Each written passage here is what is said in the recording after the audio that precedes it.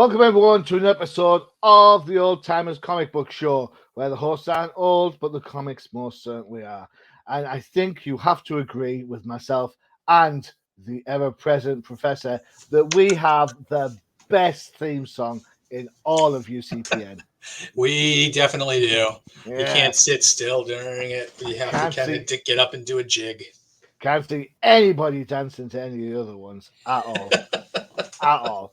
All right, so, ladies and gentlemen, boys and girls, the time has arrived. Put your hands together. Please be upstanding for the return of the 13th Crusader. Buenos días. Buenos dias. ¿Cómo está? Yeah. Muy bien. Muy bien. Mal. You've been missed. Well, really? I heard it just lasted about 13 seconds, which is more than enough. Well, I don't know. I think we did well. We had a couple of guest stars on the show for a while. Al joined us for an episode of Diversity Fun, which included Firestorm. First Nice. time we ever talk about him. And of course, we had the fantastic Joe St. Pierre on, and that was a blast. Joe has an open invitation anytime he wants to come on the show just to chew the fat and talk comic books. What a great guy. Did he get his smoker's jacket he's always been looking for? Well, none of us smoke, so we can have a non-smoker's jacket. There you go. Yeah, cool. Maybe. Okay. All right. So this episode is dropping 2 days after the annual Kick Out the Brits Day. My favorite holiday. Really? After Thanksgiving, of course. Oh, well, see, I like Thanksgiving because that's when you celebrate the destruction of indigenous species day. But never mind. That's just me being super cynical. The only turkey I know is a good dead turkey. It tastes great. I would vote on that. Oh, my God. All right. Okay. So, Bud came up with the idea of Patriots. Not those Patriots. Because do you think I'd allow those Patriots on this show? No. So, before we talk about the books we've chosen, let's go around the room. Let's think of the sort of patriotic, the sort of national heroes, if you would, of the comic book dumbs that have kind of stood for truth, justice, and the American dream. Who have we got? 13th. You wanted to talk about a couple of books, and I kind of nixed the idea because we're only here for an hour, not 13 hours. So, who are you plumbing for before I nix that for you? I've always had a deep interest for the Marvel's Invaders, and that it pretty much involves Captain America, Bucky, Namor, the Golden Age, Human Torch. Others joined the team eventually, like Spitfire, the Union Jack, the original and the second one. Yep. Even the Mighty Destroyer, and basically that run by Roy Thomas. It's a phenomenal run. He's a World War II buff. It's a great retconning of Captain America and what he was doing during the war. And stop me if you heard this before, because he carried that very same idea to All-Star Squadron in DC, with kind of bringing back Golden Age or kind of forgotten characters. This was his wheelhouse when you mesh World War II and then characters that he grew up reading. The Invaders, again, I'm very enthused about them, mostly because I actually finished a run about 3 months ago. So in buying and reading them, so it's phenomenal. I just dig Roy Thomas when he delves into World War II and the patriotism side of things. All right, okay, Professor, you got anybody who sort of springs to mind when we think national heroes? I went a couple of different directions in this, and I kind of actually followed what your pick, right? So not just patriotic superheroes, but when I think patriotic superheroes, as far as America goes, we have to mention the Freedom Fighters with Uncle Sam. That's a good shout. The big one, like I kind of forgot, you know. Yeah, I've got that book somewhere. I've got that in the Justice League book. Yeah, definitely, like one of the Crisis books. Yeah. Yep. So I mean, you don't get any more patriotic in DC, of course, with that. And then though he's not draped in the red, white, and blue, Superman has always been reflected as one of the more patriotic superheroes. And we're not talking about Superman today, but he's always, I mean, whenever you think of truth, justice, and the American way, you think Superman with the eagle on his forearm and the flag behind him, selling savings bonds, and it's always been, Superman always kind of reflected more of like an American patriotism. That Superman you're mentioning was almost my pick, was one of my picks, Superman 14. Yeah. With that iconic cover. That's where he was first associated with patriotism. And that was right at the beginning of the war, right? Or maybe even before the war. I think that wasn't that issue printed right after the bombing of Pearl Harbor? Might have been. Yeah, it might have been concurrent. Yeah. So you've got to think. I mean, that's I think always been one of the knocks for Superman and Captain America, in that level of patriotism that's kind of built into the character is probably the hardest thing to get right, especially in today's somewhat jaded political world, shall we say. I think definitely it can have.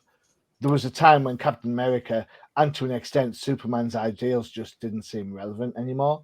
Yes. And explored in the books too, with the disillusionment and protests and definitely for Captain America, 100%. Other ways I was going to go with this is, other countries that are just have their patriotic heroes like Guardian and Alpha Flight, or even you might even say Doctor Doom in Latveria is very patriotic towards his own country. I would say that. I would done that. Yeah, or Black Panther in Wakanda. It's how you look at it, isn't it?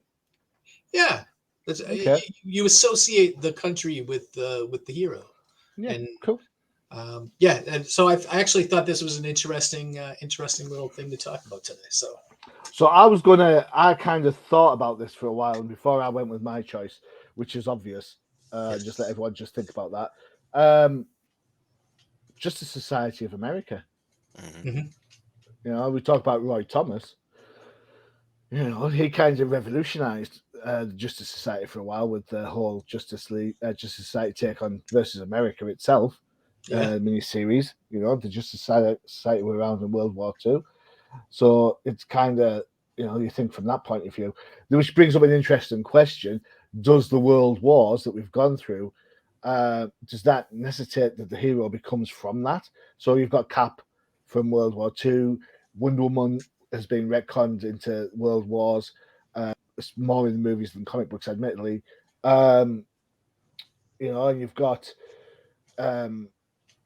there's just a society in the World War as well. So do you think that to be a national patriotic hero, you have to have taken part in one of the wars, or is it just something you stand for, like Soups? Yeah, it's weird because not really at the time, right? So at the time when World War II was going on, they did a lot of effort to kind of keep the heroes out of the war, because it kind of takes the spotlight off of the actual people fighting in the war, right? Yeah. If you can just send Superman over there to, or Captain America to punch out Hitler more famously, right? Yeah, definitely. Then it really kind of takes it took the spotlight off of the actual soldiers fighting and losing their lives over there. So I kind of think it was a conscious decision to not have, even though they had the patriots, like Superman stayed at home selling the bonds and stuff like that. So you never saw Superman go over and single-handedly wipe out the Third Reich, right? I saw it more as a support mechanism, because remember, the military was also reading comic books. That was their form of escape. Whereas you have some stories of maybe Cap in the barracks with Bucky. You have Superman at home taking care of things. But all in all, they were still promoting support for the military and the war effort. So that message was never lost. So it's kind of like, hey, we're not going to forget about you and what you're doing for us. That's a shout. And I mean, go ahead, Johnny. I was just going to say, Watchmen kind of blew that away, didn't it? With the idea of Dr. Manhattan sort of stepping up in the Vietnam War and just sort of like clicking his fingers and that's it.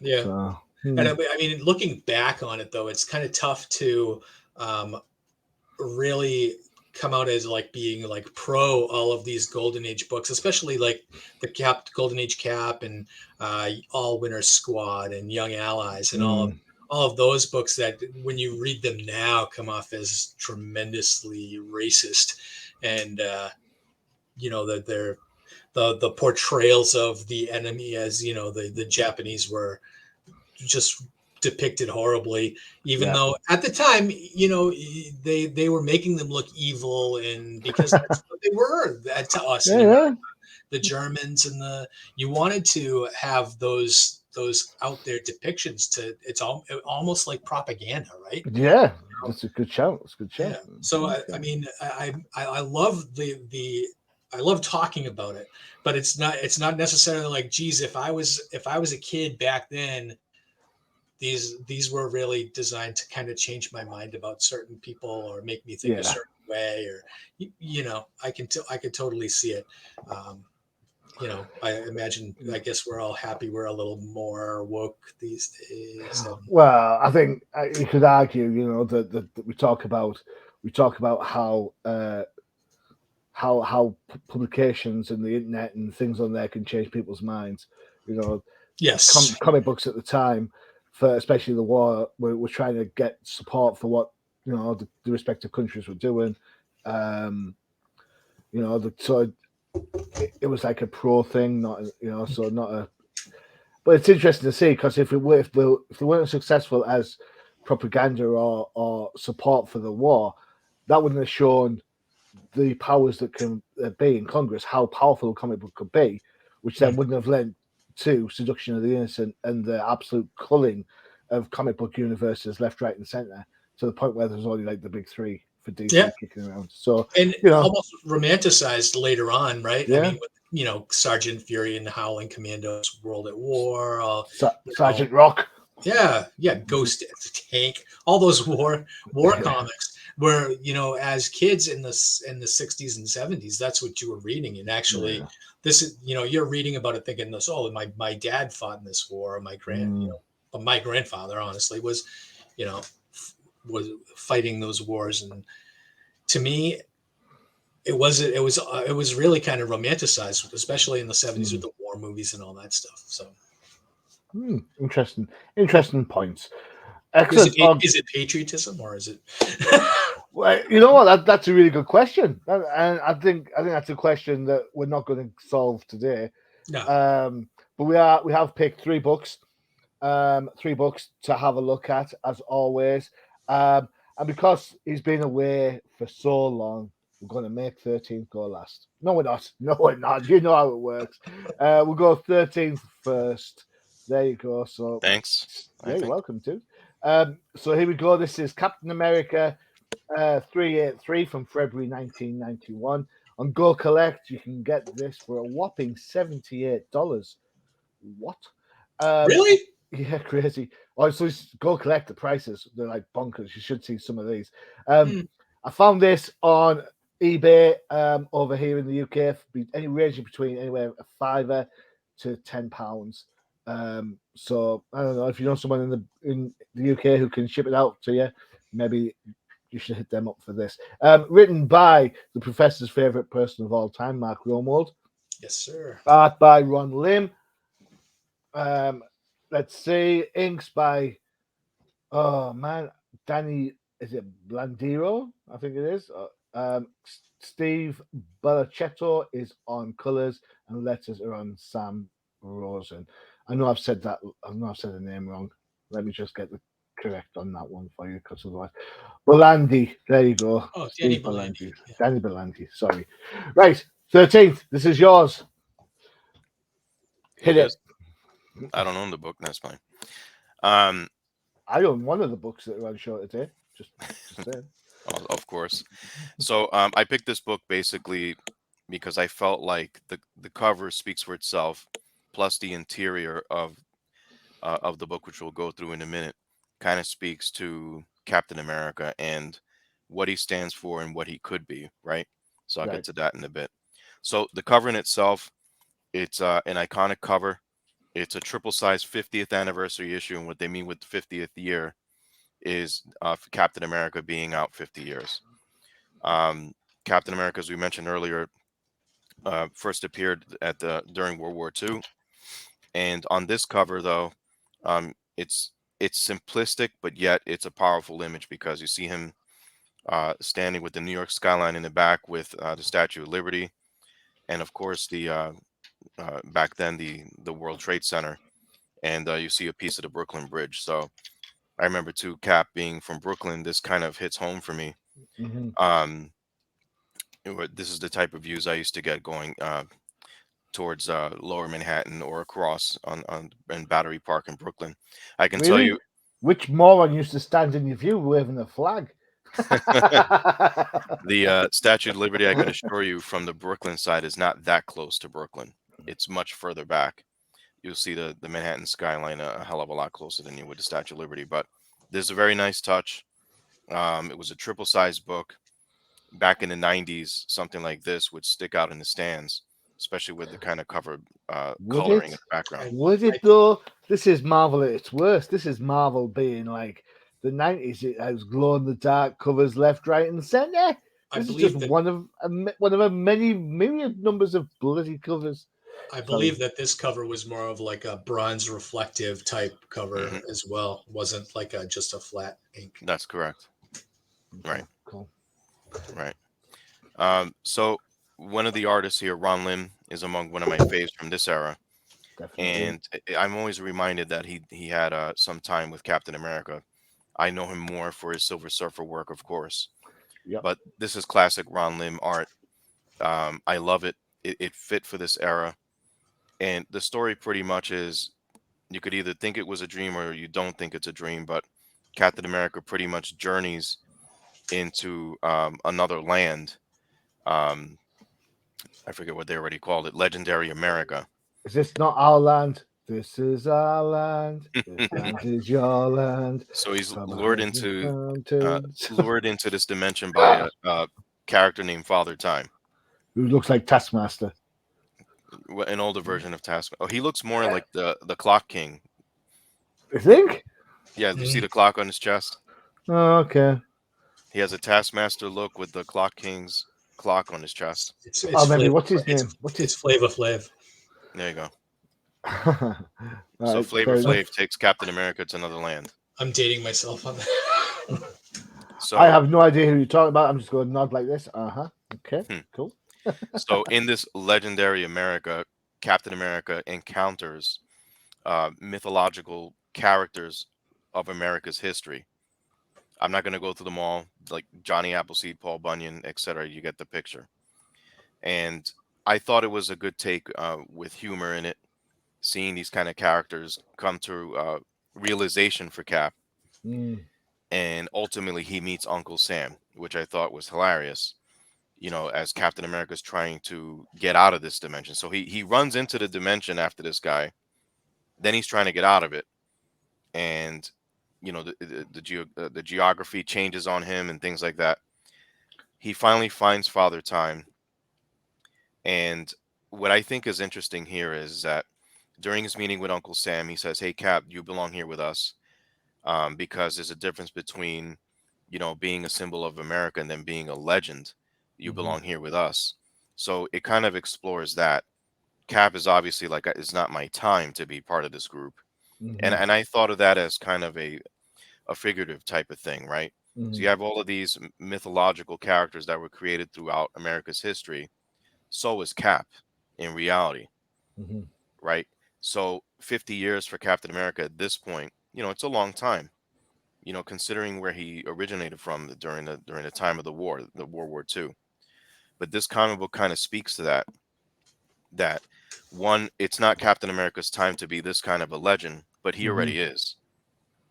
And then he's celebrated for that, as you could see that towards the end of the book, the Avengers wanted to throw Cap a 50th birthday party, quote unquote, Yeah. and then celebrate what he stands for, and then celebrate the man as well, being a great teammate, a leader that he is, and a pillar of Avengers lore. So, love it or hate it, you know, Captain America is a very big piece of American literature, if you will, and Mhm. a very big piece for Marvel history, the Avengers, and kind of a character that's been built up for others to look up to within the books, and even inspire creators Mm-hmm. that want to take on Captain America. Um, Captain America started by Jack Kirby, Joe Simon, and the list goes on and on. I mean, Jack Kirby had this idea many years ago, and look where it lands now, along with Joe Simon. So it's been a long journey for Cap. This is back in the '90s. It's been much more time since then, and Captain America is still kicking around today in one form or another. But the foundation for Cap is still there. You know, Mm. believing in justice and freedom, liberty, and those ideals. Regardless of the conversations and maybe arguments people have about that, Captain America, for the most part, has been portrayed as someone that kind of, toes the line to try to, at the end of the day, keep everything united. And this is something too that I picked up with his ventures written in the Invaders as well, where he's working Mm. with heroes from other countries and things like that. They're all on the same side, and Cap's leadership skills are legendary. So that's something where he either takes the charge on something, but also knows when to step back, Yeah. right, and let others take charge. It's all for the greater good. So, this book, I loved it more for Ron Lim's art, because I've always been a fan of his, Mm-hmm. and I appreciate it more on panels outside of Surfer. Mm-hmm. I kind of appreciate it more, but then just to take on American, the folklore here. I was like, "Are you kidding me? This is a comic book," but it's meant to be something figurative, like more symbolic, Mm-hmm. a journey for Captain America and also for the country, right? Because Captain Well, yeah. America didn't exist at the inception of the country, so um, that's what I took out of this book. It's a good celebration. There's other treats in here, obviously being a triple-sized issue. Yeah, that's a good point. There are some extras thrown in. Hmm. You've got an original. It's not an original. It's kind of a homage, shall we say, of um, Cap in the World War. There you go. Yeah, You've that's also his got first meeting with Nick Fury. uh, you've also got US Agent in there. Hmm. Um, Again, another story by Mark Grunwald, Mark Bagley, who is doing the breakdowns with Dan Panosian, doing the cut, like the finishing touches on that. Yeah. There's also an origin of Crossbones in here, which took me for a whirl, because I'm like, oh, I forgot about that. Mhm. And it's a Red Skull kind of solo feature here, which how many of those do you get? Oh, So I was And like, you wow, also see Arnim Zola in here and everything. correct. That's kind of a cute story. I like it. Yeah, yeah. Cool. Excellent. Good shout. No, it's a good pick. It's interesting how Cap can be portrayed, because he's essentially wearing the flag, right? mhm. Hmm. Yeah, and yet there are nuances to him. I thought reading the book that for me it was a case of helping Cap see what's right in front of his nose a little bit, when it comes to like the America that he is striving for. Professor, what was your take on this bad boy of a book?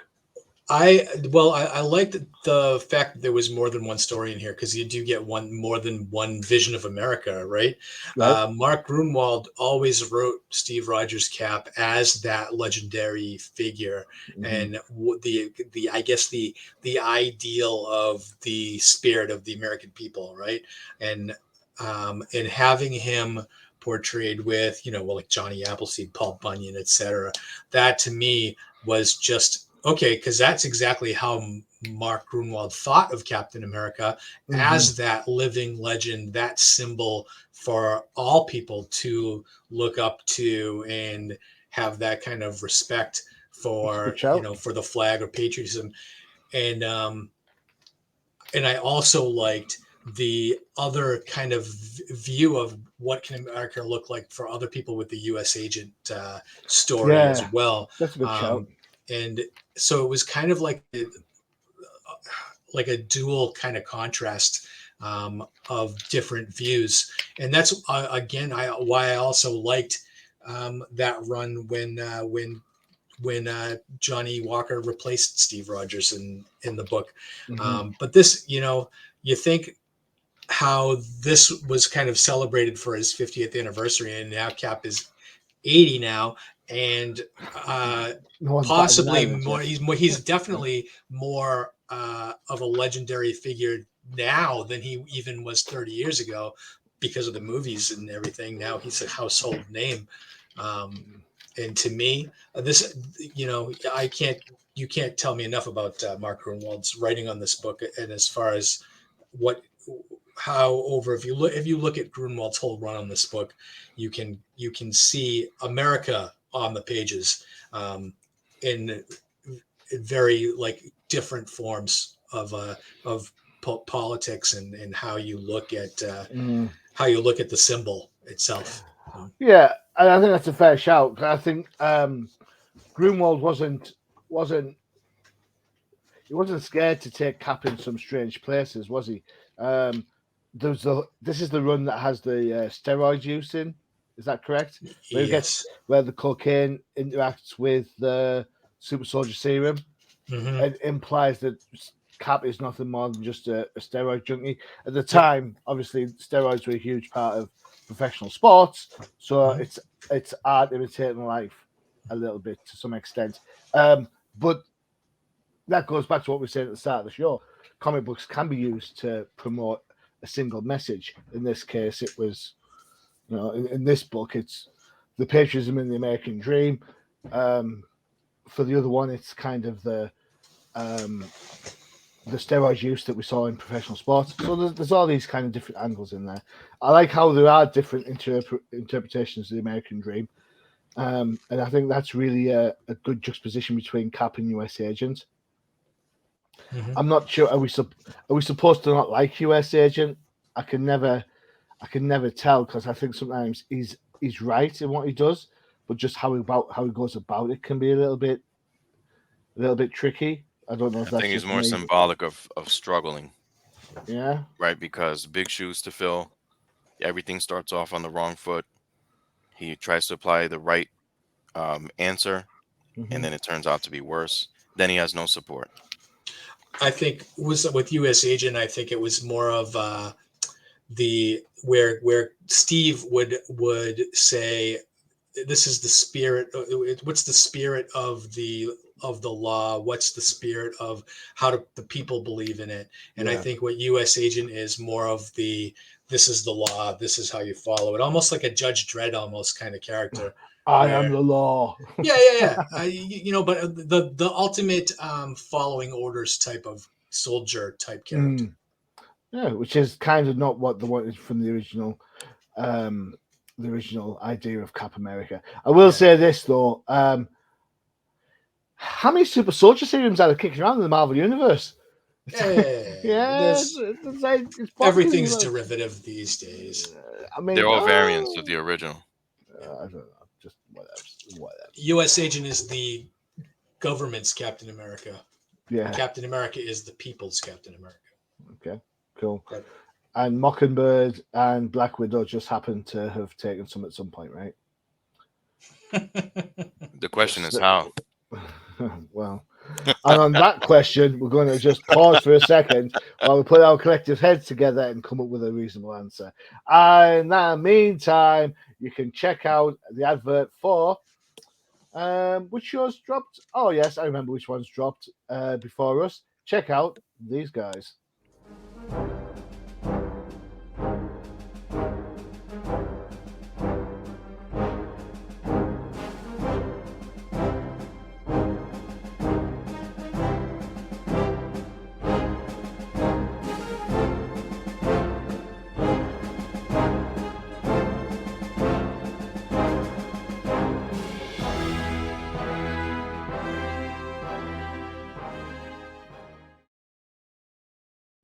That's right, the No Prize podcast for everything that is Marvel Comics, everything that is DC Plus, as well as the MCU. So expect some Obi-Wan, expect some comic books, expect some Thor 4.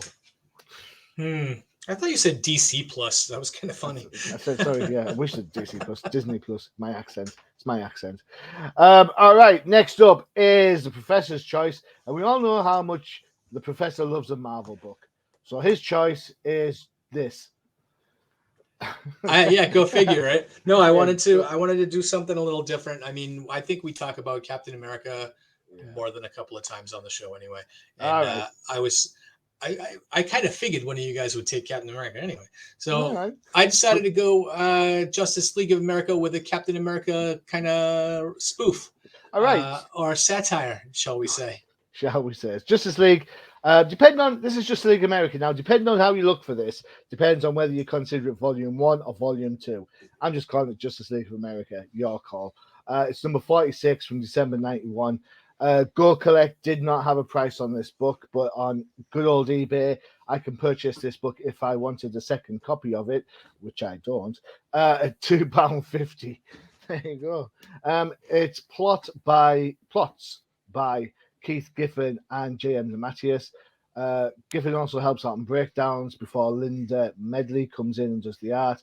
Joe Mazan is on inks. Bob Lapan is on letters, and colors are by Gene D'Angelo.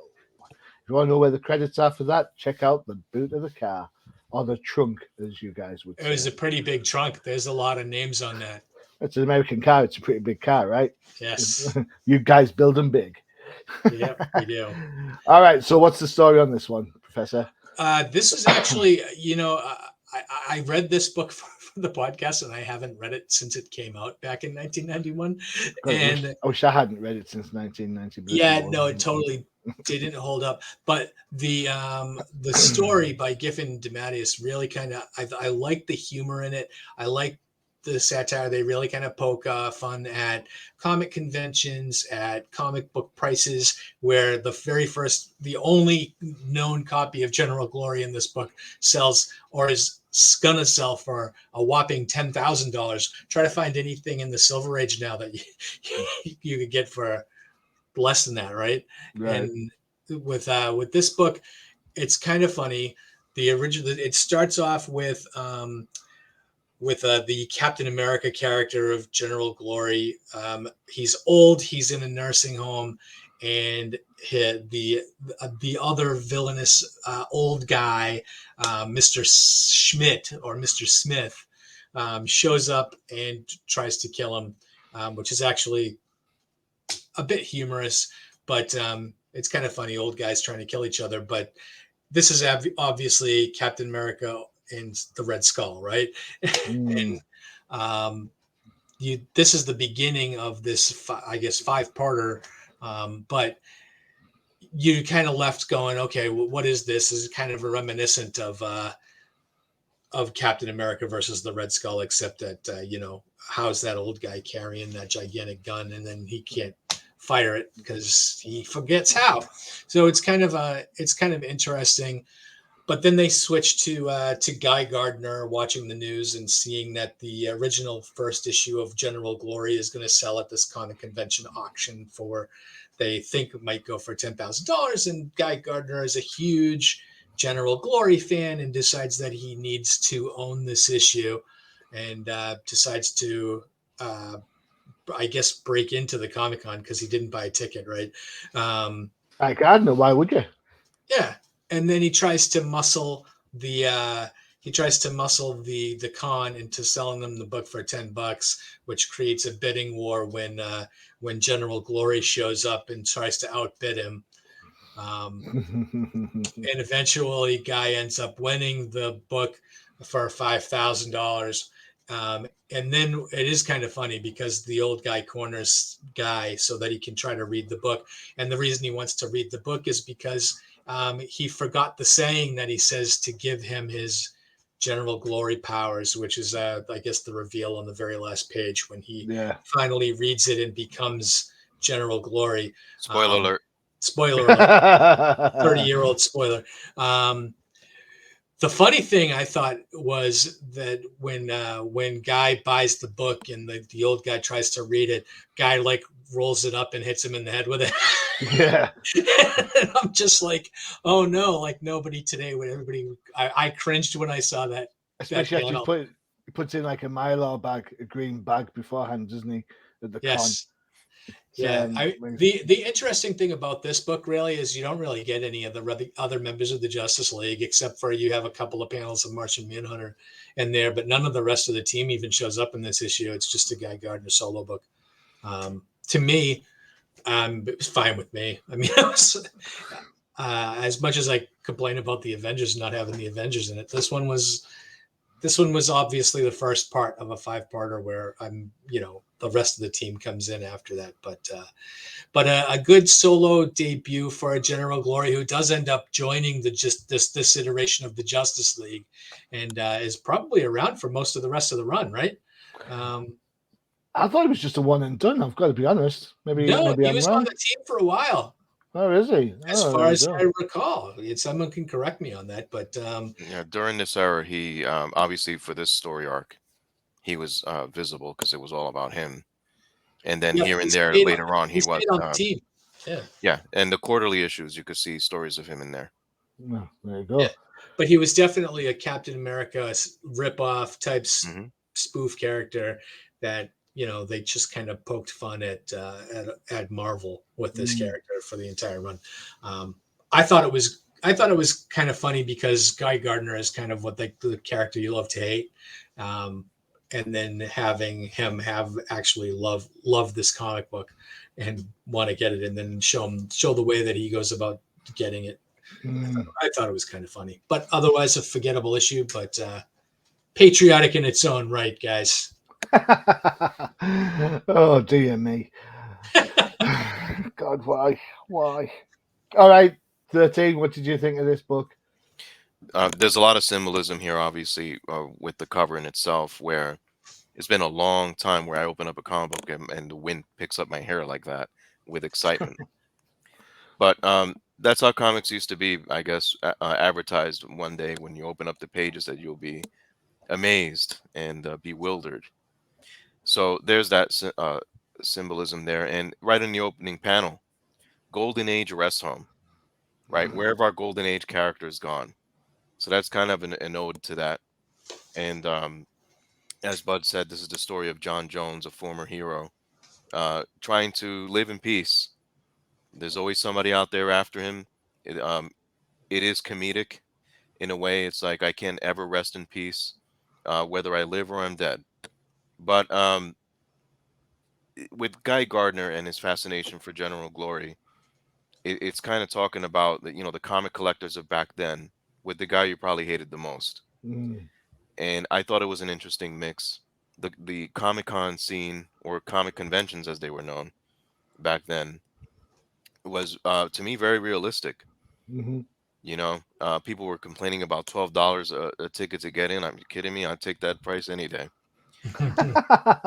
Um, I thought it was interesting too, like when he's at the convention and there's that long line where someone's like, "Hey, don't cut me," or whatever. Who the hell do you think Mhm. you are? He has an "I Love Mutants" T-shirt on. Yep. So that was kind of a little kick to Marvel because mutants in the '90s were just all over the place. Mm. The humor is never lost in this run, where a kid asks Guy Gardner, "Can you sign my comic book?" And it turns out to be Lobo, kind of strong arming Guy Gardner there. That was hilarious to me because everybody liked when Guy Gardner got punched in the face or something bad happened to him. Mhm. So in a way, Guy Gardner is kind of that obnoxious superhero or a wannabe badass, but everybody loved him as comic relief in his own weird way. Mhm. So with the General Glory aspect of things, yeah, it's an ode to Captain America in the DC universe. But this story arc in itself, the Glory Bound story arc, they took a lot of things from Captain America, but then tried to make it fit. And ultimately, General Glory becomes like this guy with the never-ending speeches, always lecturing and guiding and mentoring, and one of the few people that could get Guy Gardner to shut up. And I think Mm. that was kind of a mechanism that was used later on in the run, even in the quarterly, where they'll give General Glory his glory, Mhm. and with maybe little small tales here and there, but he did serve his purpose, for these pages, and he kind of stuck. after this story arc here. I didn't mind it. I thought it was funny, just like I thought this whole run was funny. It's just how do you blend all of this together with a jackass like Guy Gardner? Okay. And it worked. I'm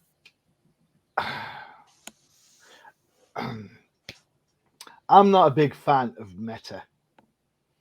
So in my head, the comic book, the characters exist in their world, right? And the comic book exists in my world. And that should never, ever be breached. Unless it's the Fantastic Four. I could barely cope with it when I was a kid. I'd read Flash comics, and the Flash would be reading a comic about the Jay Garrick Flash. I could barely deal with it then. So you're not a fan of Superboy Prime? How? Remember that universe was full of that universe was real life. No, and then there was one superhuman being when they learned that they were reading into like Earth 1 universe. So it was kind of the opposite. But this panel here, Guy's reading his universe. That book isn't a comic book. That book is a history book to Guy. It's not a comic book. All right. I don't mind if characters read comic books from other universes. Don't have a problem with that. I have a problem with that panel. I have a problem that Guy's reading about himself that's in a comic book. So how does he not now know that he's in a comic book? Oh, I see the logo. Yeah, that's a little fourth wall breaking, you know. And I don't like that. I've never been a big fan of the fourth wall breaking. I didn't like it on the Moonlighting TV show. I don't like it when Deadpool does it. I don't like when Harley Quinn does it. I don't like it here. For me, the fourth wall breaking in this book shows that the skids are on, man. The skids are on. This book doesn't last. This book doesn't last that much longer in this current format before getting changed up to be a regular superhero book again. The only thing missing is him saying that he looked better when Kevin Maguire drew him. Yeah, something like that. Yeah. I don't mind it. I get where it's supposed to be funny, you know, and the recurring Mr. Schmidt with the recurring gun. Yeah, I get it. I get where it's supposed to be funny. I don't know whether I'm just too far removed from reading this the first time around. But I actually own this book. I managed to pick up a whole batch of this run relatively cheaply. I own the entire run. I do too. All right, fine. Whatever. So I'm not proud of it, but I do. So I'm kind of on the fence. I think the early issues of this book are absolutely, without a shadow of doubt, fantastic, and some of the funniest books you'll ever read, without any sort of preamble whatsoever. I will say that the later books do kind of suffer a little bit from. Well, the book gets a little long in the tooth. Humor fatigue, maybe, or the joke just doesn't last. Isn't as funny. Also, this time various titles, right? You had the quarterly, you had the Justice League Europe. Yeah. Correct. Yeah, so there's a whole host of different reasons why this book kind of loses its way a little bit, but this is of that ilk. This is of that time when it's starting to wane a little bit, and the jokes aren't as funny, and they're not as funny because you know what to expect, and that's kind of where I am on that one. I'm afraid. I like the idea he has to say the rhyme, which is a Green Lantern thing. I must remember the line. Yeah, in brightest day, in something night. No, something will escape my what you call it. Wow. I like that kind of aspect, I suppose. But on the whole, I was kind of, a miss on that one. Well, it was funny that he needed the book to remember the line. But on the whole, this run is fantastic. Early doors, much more so than later doors for me. Cool. There you go. Right, my turn. Oh my god, why did I pick this? All right, so I keep telling you guys about how British comics were, and you all laugh at me and go, really, that's what you got? I'm like, yeah, that's what we got. We didn't get the full 22 pages, and this is one of these prime examples. For me, if we talk about Patriots, You can't get no patriotic than Captain Britain. Yes, hero of the UK, swinging his trusty quarterstaff.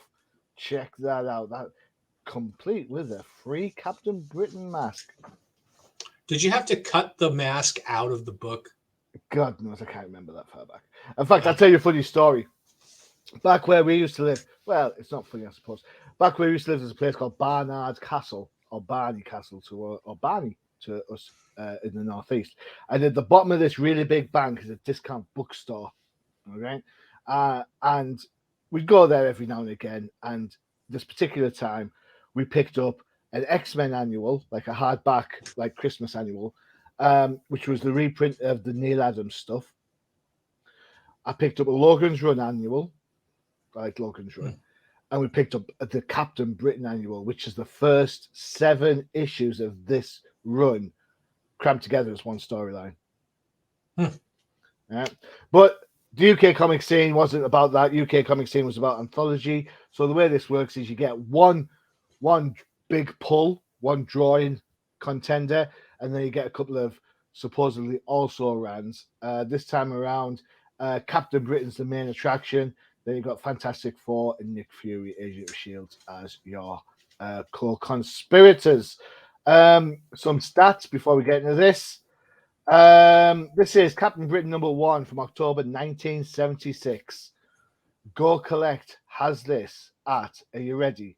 Are you sitting down? $1,337.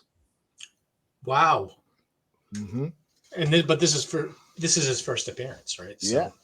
Well, over in here in the UK, you could get this particular one issue anywhere from £41 to £275. All right. How much is the mask worth on its own? Yeah. I'll draw you a mask. By the time I'm finished, you don't need a mask. Go on.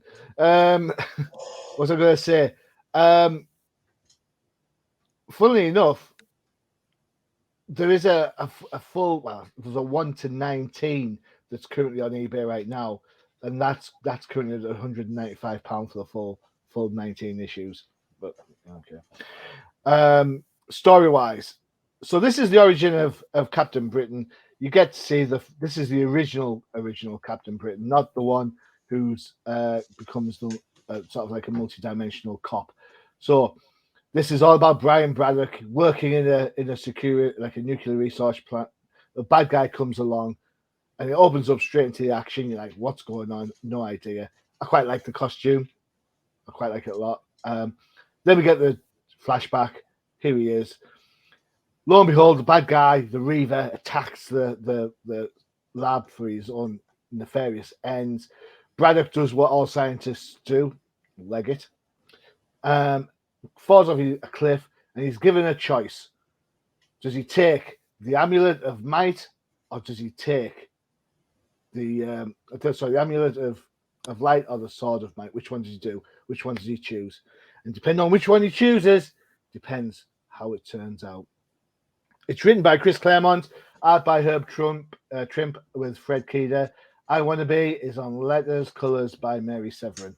And for me, this is another fantastic piece of 70s kitsch Marvel. Now, when I say that, when I think of 70s Marvel kitsch, I'm thinking this, I'm thinking Spider-Woman, I'm thinking Miss Marvel. This is the kind of daftness that Marvel would come up with in the 70s, and I absolutely loved it. I thought it was class. If you read through the following issues, you see he gets an understanding of his powers and so on, and get down the line, his quarterstaff gets changed to a scepter. Or a javelin. It was a javelin. And then after that, it gets changed again to like the Captain Britain that you all know when Alan Moore and Alan Davis get a hold of him. But these early episodes are really good. I think American audiences, because this book's mainly for UK only, which is probably why the price is so high on Go Collect. American audiences will know probably from the Marvel Team Up book. I think it's 62 and 63 where he teams up with Spider-Man. But Captain Britain, it has a bit of an on-off publication history. Jumps around. He has this book for a while. This gets cancelled. Then he joins the Spider-Man weekly book as a backup strip. And then joins the Hulk one later on as well. So he gets around a bit, but Marvel never lets a bad idea go down. He says, I really love Captain Britain. I love this version of Captain Britain at least. 13th. What's your take on this? Where do I start? Let's see. Yeah, I mean, it's. I agree with you. Like during the '70s, there was an explosion of Marvel characters being tossed out there for better or for worse. And one of the ways to do that, as we've mentioned on the show quite a number of times, is via the vehicle of an anthology. Yep. So this was a great way to get as more bang for your buck as how it was presented to customers or potential readers, but then also get that exposure and get that airtime, if you will. And one of these has got to stick. Something's got to stick to the wall. So Captain Britain did. I think it was an interesting origin for him. It's pretty simplistic, you know. I kind of forgot that he had that scientific background. Although I think he looks like a British clone of Steve Rogers. But once you get past that look, I think it's all good from there. You know, fighting Hydra and whatnot. But in the AKA the Reavers. But Merlin, I was like, okay, that mysticism in there, and I think what's the lady's name? Roma. Roma, yeah. Yeah. So I know like these are big parts of his history, if you will, for Captain Britain. So yeah, no, I have no qualms with the art. The first thing I thought of, and I'm not gonna lie, is when I first the first page written by Chris Claremont, I'm like, oh my god, how long is this gonna take me to read? Not that long. Yeah, and that's what surprised me. I'm like, no, he didn't write this. No way, it's short. And then I get to the end, and I'm like, that's it. And then I kind of got reminded that it was an anthology, but it's all good. So it does make you come back for more. Um, the costume design, I'm kind of here and there on it. Actually, for British characters like this, I actually like the Union Jack uniform more than Captain Britain, but that's just my opinion. So that's all I got. Cool. That's fair enough. All right, Professor. Yeah, I mean, but well, let's remember that. I mean, even though the stories were really short, this was a weekly publication back in the day. So this was you were getting a shot of this every week for a little bit. I think this is Herb Trimpe doing his best Jack Kirby impersonation. It's very reminiscent of Kirby in this book, and the one thing that I noticed in that very first issue, the origin story, where at the last page when Merlin is telling Brian Braddock, you know, choose the amulet or the sword. Did we ever get a story with someone that had the sword? Bad guy. Because that bad guy picks the. If you check out issue 2, Brian chooses the amulet because he's not a warrior. The bad guy gets the sword, and the Reaver gets and then that's what turns him into the dodgy knight that you see. Let me just dig that up for you. Yeah, I think I perused the second and third issue. I've read it before, but I don't have a lot of recall of stuff when I read it just really quickly. But to me, actually, the second and third issue, I don't know if you like the advertisement on the front page. It says in full color, and then the last page is a do-it-yourselfer.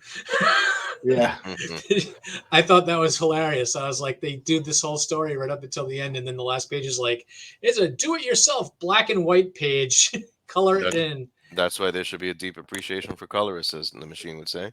Yeah, definitely. I thought it was funny. So there you go. Missed the deadline. Someone missed the deadline. Yeah, that's what I thought. So there you go. He's picked the amulet. He's turned into Captain Britain. Woohoo! And then Reaver picks up the sword and he turns into the badass. And then that's pretty much how it works. Okay. All right. Yeah, that's cool. Do you know what's special about this run of Captain Britain? Do you know of anything else that stands out at all? Other than it didn't make it 20 issues, or it makes it past 20 issues. It does. How long did the run last? That's a good question. It lasts. I did have this somewhere. The first issue run. Let me just double check this. It went to black and white in issue 24.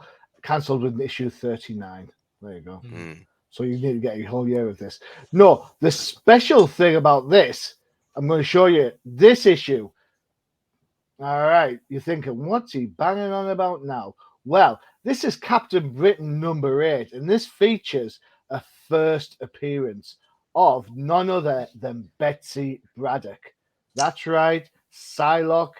Well, not Psylocke, of course. Betsy appears here. All right, so for all you Psylocke fans, this is where you're going to get it. Go collect. Have this as a 9.6 at $1,449 Wow. for the first appearance of Betsy. If you want to talk a lower grade, you can get it for anywhere between 695. A grade 8's 400. So, and again, it follows that anthology method. So therefore, you're only going to get 4 or 5 pages. And let's just see if we can spot her. No. There it is. It's my sister Betsy. There she is. That panel there. Machine, I have a question for you. So, Yeah. the anthology style, black and white and color, right? Color back then was like, oh wow, that's it was a big thing back then. But how accessible were these books in the UK? These were really accessible. This is the mainstream of how we used to get our comic books. So they delivered on time and whatnot. Yeah. They were actually published over there, yeah. I believe so, but they didn't. There was no problem getting them. There was a whole raft of them, to be honest. There was Marvel superheroes. There was a Spider-Man one. Fantastic Four had a pocketbook set. DC at the time had a really good distribution system to newsagents. So what you would call the newsstands. Yeah. And so you'd be able to pick up DC books, like the full 22-page floppies that we have now, or that we've always had. So when people talk to me about why do I like DC over Marvel, well, it's simple. I could go and get a DC comic book with a full story of Batman in it, or I could go and buy 4 pages of Captain Britain. Stan Lee's brother Larry was running the show over there, Marvel UK, for a long, long time. Yeah, that's right. So, don't get me wrong, Marvel UK obviously had its hits. You've got Death's Head, you've got Clandestine, which has recently been mentioned on the MCU as a Disney Plus shows. And of course, Excalibur itself by Claremont and Davis, and then Davis by himself, was a huge, huge hit. Did you enjoy this Captain Britain run more than you liked the Alan Davis run in 1985? God, no. Come on. The Alan Davis run is a classic. Yeah, of course it is. The Alan Moore, oh man, the Alan Davis art. I don't think Davis has ever looked so good. To be fair, you could have picked that issue instead of this Captain Britain one. Do I give you grief for picking General Glory? No, you will eventually. Yes, eventually you will. At some point, you'll say, "Well, you picked General Glory." That's a very poor English. I could have picked an NFL Super Pro or something like that. We could have talked about Tom Brady. I'll tell you what. Why don't we save that for the next one? We'll do a sports illustrated special. Oh, jeez, I can't even think. And you can pick that, and I'll pick Roy of the Rovers. We'll be sorted. Excellent. I don't. You have to explain to me who that even is. What? He's a guy called Roy, and he plays for the Rovers football team. Okay. Roy of the That's all I need to know. He's a striker. He plays for the soccer, I should say, soccer. Oh, you said striker, so I knew that we weren't talking football, American football. Yeah. All right, there you go. So 3 up, 3 down, as always. Professor, thanks for your time. Thank you, sir. 13, thank you for hanging with us. Welcome back, sir. Thank you. Glad to be here. Good. For everybody else, I hope you enjoyed your July 4th celebrations. Hope you had a good time. Watch out for those fireworks and dogs and cats and stuff.